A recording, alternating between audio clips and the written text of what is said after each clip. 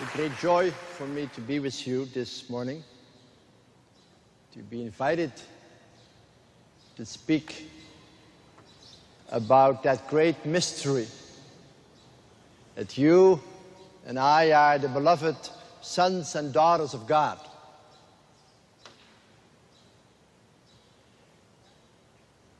When Jesus was baptized,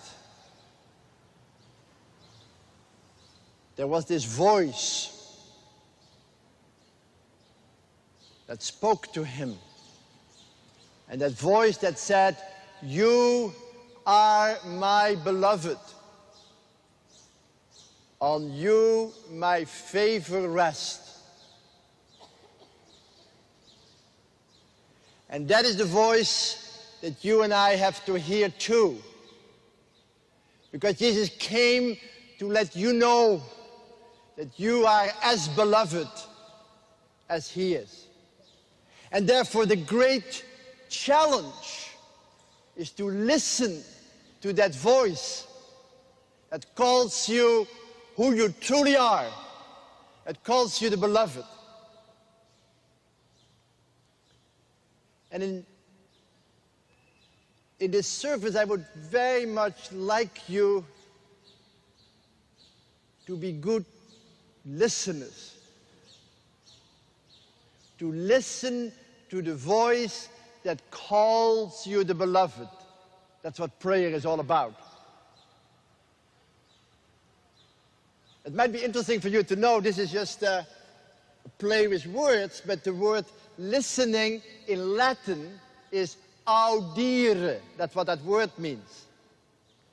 And if you listen with great attention, it's called obaudire. That's where the word obedience comes from.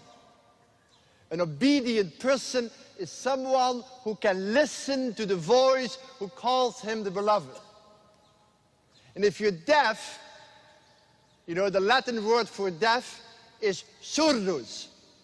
And if you're absolutely deaf, you're absurdus. That's where the word absurd comes from. Now the question is, can you move from a life of absurdity to a life of obedience? That is, from a life in which you can hear the voice, but you cannot hear the voice, and you get all distracted, and you lose touch with who you are. You start thinking, I am what I do, I am what other people say about me, I am what I have. All these false voices that makes your life absurd. And can you gradually start listening to that gentle, soft, whispering voice that says, Mary, John, Francis, Peter, you are my favorite daughter. You are my favorite son. Believe it and live from that conviction, and your life will be different. It's a story about the mountain. It's about a mountain.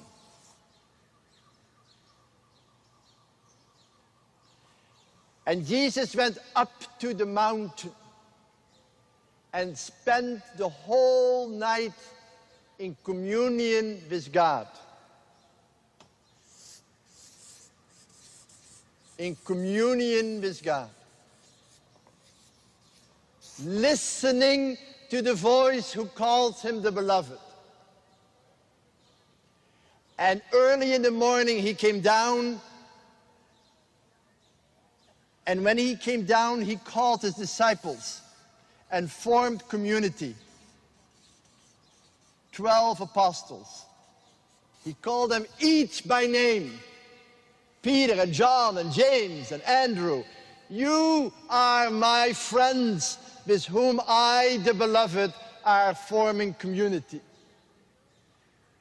And in the afternoon, he went off with his community on the plains and spoke the words of healing, touched people, and cared for those who are poor. Called ministry.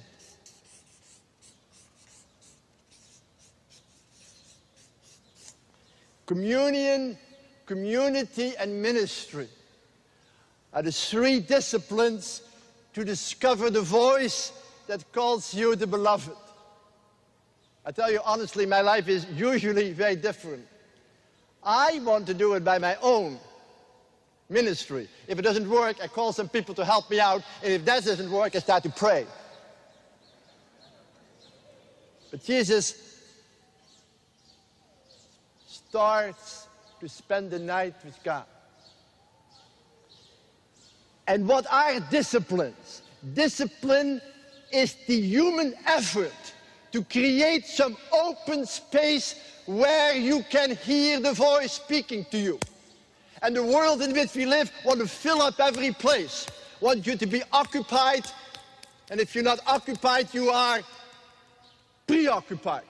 That is, occupied before you're even there. That's what we call worrying. The great philosopher Spinoza said there is a horror vacui, a fear for emptiness in our life. We want to fill up everything. We want always to have something to do, something to go to, something to be busy with. Discipline is to keep some space open, some space empty, so that God can say, Mary, John, don't you know I love you? Why don't you just relax? I can touch you and hug you and be with you. But the first discipline is communion. You know, do you ever spend 10 minutes doing nothing? That's hard.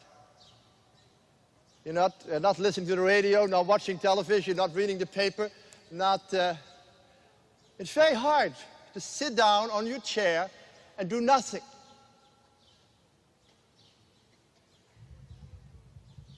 You know, before you know, you feel that your head is like a banana tree full of monkeys running around. I should do this, I should do that, I have to write a letter, I have to go here. I forgot that, I'm still angry at this person, I should have done that, I didn't do that. And before you know, your whole mind is... So you get busy again, so not to have to deal with all these inner monkeys. Jesus says, stay there. Because underneath all these wild voices, there is a gentle, soft voice that says, you are my beloved. Listen to that voice. Please try to spend a little of your time every day to listen to the one who so much wants your attention, so you will hear who you truly are. And you can do that just by sitting on your chair or outside, and maybe you can take the gospel of the day and read it and then look at it like a picture and be there so that it can enter into your heart. And as you drive to your work and you're in your busy office and you're working in the store or do whatever, that voice is there with you. You are the beloved. But you need to spend some time with God alone so He can tell you who you are. And the second discipline is community. Now, community is what is essential for us to listen to the voice of God. We have to listen together. But you can only create community when you feel that you are truly the beloved. When you truly feel that you are loved, then you can start forming community. Let me tell you what most communities look like, whether it's marriage or friendship or small little communities. It's like this. I'm lonely. I'm empty. I need someone to love me. I'm screaming for affection. And oh, there's someone else who also is lonely, who is also asking for affection. And maybe we should get together. And maybe we should connect. And maybe we should live together. And maybe we should be all for each other. And then suddenly you get locked into each other out of loneliness.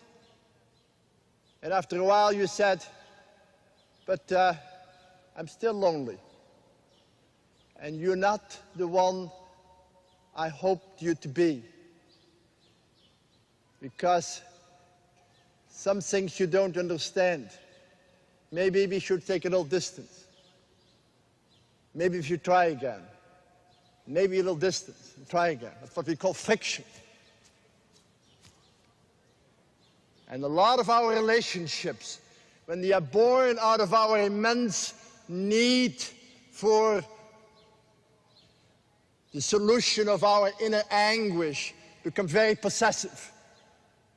And then while our love becomes violent, our kissing becomes biting, our hearing becomes overhearing, our looking tenderly becomes looking suspiciously.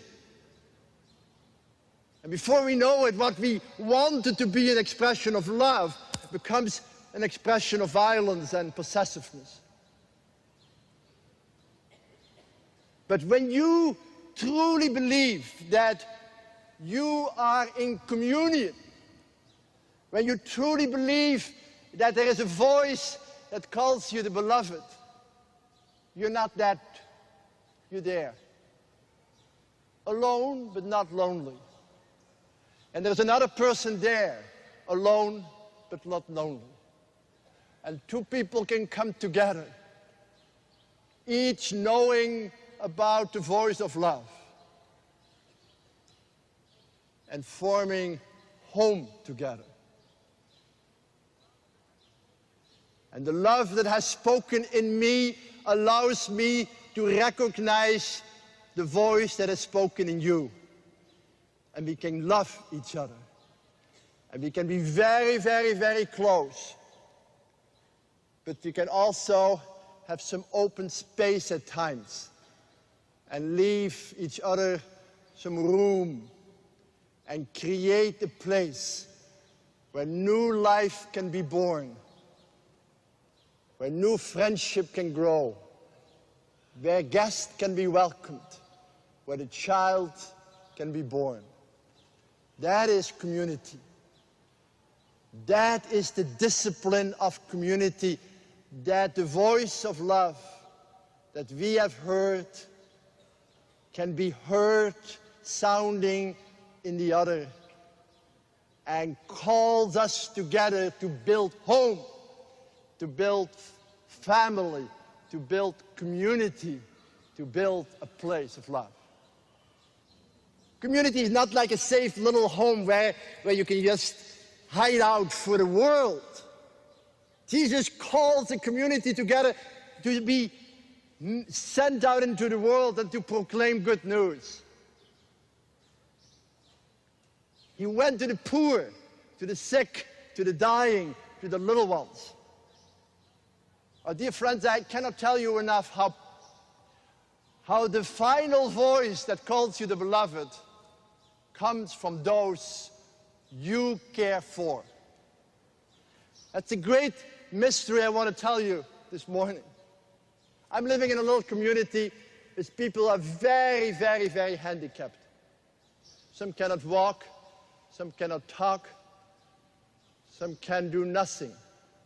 We have a house, we have 15 houses, but in one of them there are 4 very handicapped adolescents.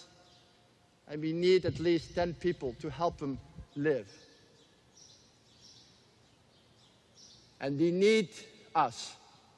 They need us to live. Well, they cannot do anything themselves. And still, I tell you that these poor people are the life of our community. And these people who cannot talk, who cannot speak, who need to be fed, who need to be moved from one place to the other in wheelchairs and all that, these people are in fact the ones who give us life. They are the ones who God has chosen to speak his word of love to us. You remember in the Beatitudes, you remember what it says? Blessed are the poor. Blessed are the mourning. It does not say, blessed are those who care for the poor. It doesn't say, blessed are those who console the mourning. No, no. The blessing is located in the poor. In these people that we want to help, we will find that they carry the blessing in their heart for us to live. I tell you, I wouldn't even be standing here today and saying these things with so much conviction if I had not all these wonderful people who are so broken to send me to you and say, Henri, go to Garden Grove and speak. We love you. And come home and tell us how it was. And some cannot hear it, but can feel it. I want to be touched when I come home. And they give me life. They give me a sense of God's presence. And I want to tell you that they who I go to minister to are the one who carry in themselves the blessing. And the blessing is, you are my beloved. On you my favor rests. I hear that blessing coming to me through those who are weak, through those who are poor. And you know who the poor are. You know it. They might be wealthy, but they might be still poor. And I want you to realize that you and I are called not just to communion and community, but then to go out and minister. And to trust that those you minister to will lead you closer and closer and closer to the heart of love, to the heart of God. That is the great joy that I want to announce to you. And for you to trust. Because once you are in deep communion with the poor, you will be able to discover your own poverty, your own weakness, your own brokenness, and not be afraid of it. You will discover, yes, I am poor too. The handicapped people I'm living with make me so aware of my own limitations. But the voice is saying, don't be afraid, because I love you right there where you are poor too. And so we become, in a way, a fellowship of the weak, where the power of God's grace can manifest itself. So, keep some space for God's voice. Some space by praying alone. Some space by forming community without possessiveness. Space by going out and going to those people in your own family, on your friends in your own city who need you. They don't just need you because they are needy, but also they need you to give to you their blessing.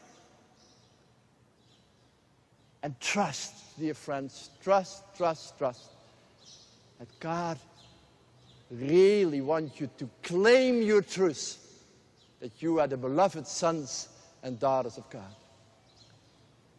Let us pray.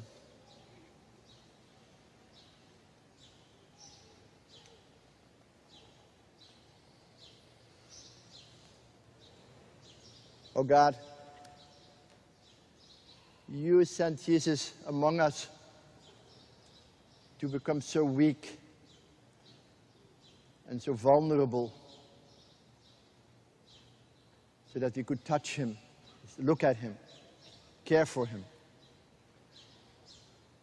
Make him grow up from a baby to a boy, from a boy to a man, from a man to a preacher. He became dependent on us so that he could give to us the blessing.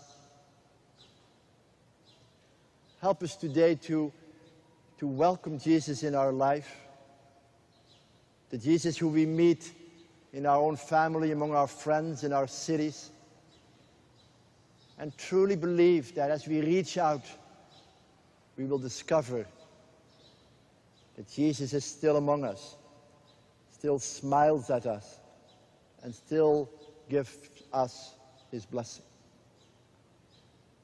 And help us to recognize through these blessings that we have nothing to be afraid of, that we have nothing to feel anxious about. Even though we are anxious, and even though we are afraid, help us to recognize more fully that we are the beloved, that we belong to you, that you belong to us. Thus we pray.